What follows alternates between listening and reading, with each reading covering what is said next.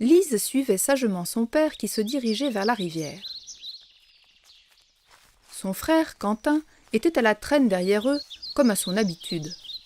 Mais Lise appréciait le silence de la nature, quand personne ne parle et qu'on entend le vent dans les feuilles et le chant des oiseaux.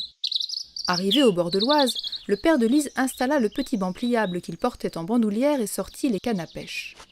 Tandis que Quentin le regardait faire avec attention, Lise s'éloigna quelques instants. Elle avait entrevu le scintillement d'une mare sous les branches d'un saule.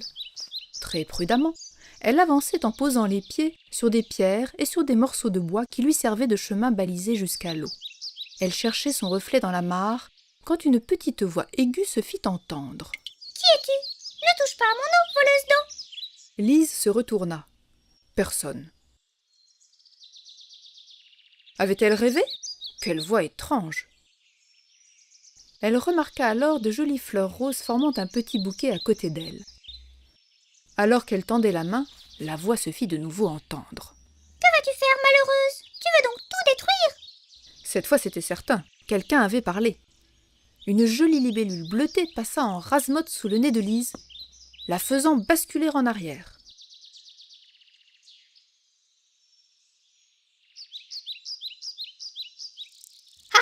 Tu crois que nous allons nous laisser faire, nous les insectes ? Tu ne sais pas que nous pouvons nous défendre contre toi et les tiens ?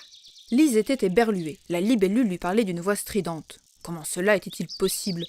La fillette rassembla ses esprits et protesta vivement. Elle n'avait aucune mauvaise intention, elle était juste venue passer la journée au bord de l'eau avec son père. Elle évita de parler de Quentin à qui il arrivait de proposer des jeux stupides comme de casser des branches ou d'essayer d'attraper un criquet. La libellule écoutait et regardait fixement les yeux de Lise pour deviner si elle mentait. Mais Lise était sincère, et si elle avait voulu cueillir les fleurs, elle ne pensait pas faire une mauvaise action. « Tu sembles dire vrai. C'est que les hommes ne sont que rarement les amis des animaux sauvages. Pourtant, les animaux auraient beaucoup à vous apprendre. Et si tu es loyal, je veux bien te présenter à mes amis. Nous tous, animaux des prairies humides, nous vivons ici en bonne entente car ce lieu nous est nécessaire. Si un seul d'entre nous disparaît, alors les autres sont en danger. » Et dans une accélération vrombissante, la libellule s'engagea dans les taillis, obligeant Lise à la suivre en courant. «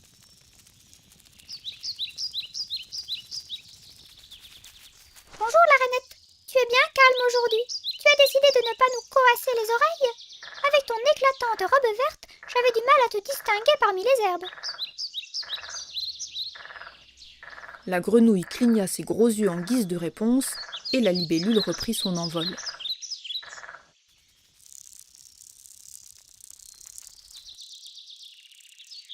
Te voici, héros en long bec emmanché d'un long cou.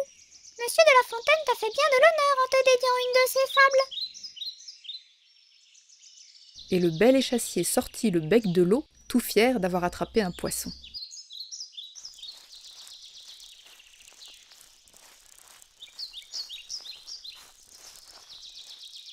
Triton, notre ami saisonnier, on ne te voit ici que le printemps venu. Tu préfères passer l'hiver au sec, à l'abri d'une pierre ou d'une souche d'arbre. Heureuse de te revoir cette année encore. La libellule se posa sur l'épaule de Lise, tout près de son oreille. Sa voix était devenue plus amicale. Tu vois, chacun de nous est si petit qu'il te serait facile de nous détruire.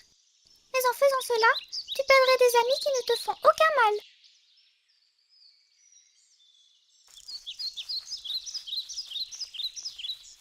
Quand Lise revint sur la berge de la rivière, Quentin tentait désespérément de faire siffler 2 brins d'herbe entre ses doigts. Les cannes à pêche étaient posées par terre, et le père de la fillette s'était assoupi au soleil. À son réveil, il ne se rendit pas compte qu'une jolie libellule volait autour de sa petite Lise. Après tout, il est bien normal de voir des libellules au bord de l'eau.